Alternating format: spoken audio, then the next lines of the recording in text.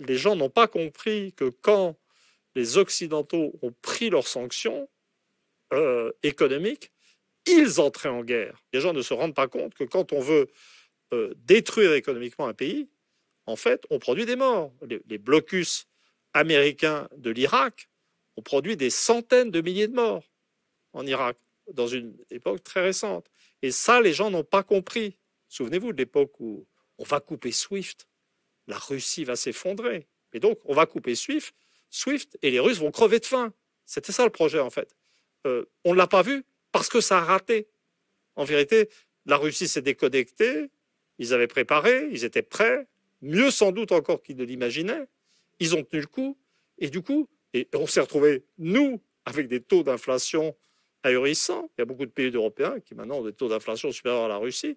Et donc, parce qu'on n'a pas vu, parce que notre offensive économique a échoué, on n'a pas vu qu'on était entré en guerre. Et là, la prise de conscience vient, parce que les difficultés à abattre la Russie, la situation très incertaine sur le plan militaire, et sans doute en ce moment très défavorable à l'Ukraine, ont amené les Occidentaux, à ce geste d'ailleurs plutôt symbolique, d'envoyer des chars en Ukraine, parce qu'on est revenu dans la symbolique instinctive, je dirais, et mal renseignée de la guerre, parce que le char est un instrument de guerre qui, dans l'esprit des gens, renvoie à la Deuxième Guerre mondiale, renvoie à la guerre, etc.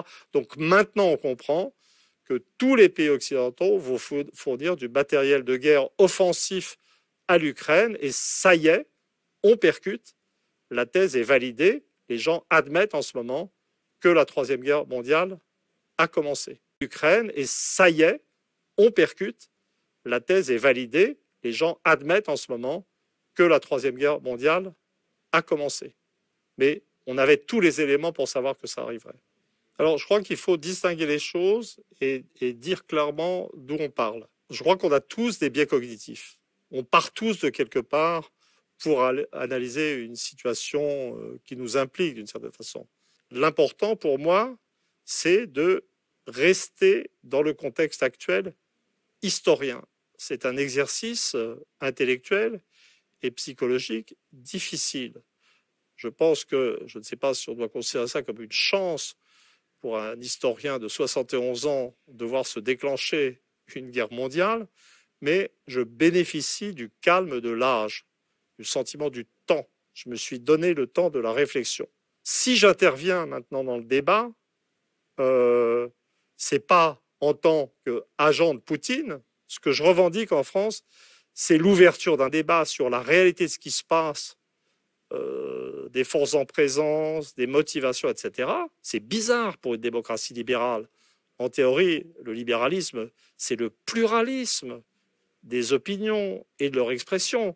Et on voit sur nos plateaux de télévision, depuis des mois et des mois, je veux dire, des bandes de gens qui s'excitent ensemble en niant, je dirais, en ne s'intéressant absolument pas à la réalité des choses. Si je dis, mais regardez, faites attention, les ressources de la Russie ne sont pas du tout aussi faibles que vous le croyez, bah, ça peut être très utile à un adversaire du Kremlin. L'objectif, c'est produire des données qui permettent à la fois d'être intelligent dans l'approche du problème, et aussi, on est en démocratie, on est une démocratie libérale, et en faisant ce travail, je défends les principes de la démocratie libérale. Oui, mais pour être bien clair, tu es ici, toi,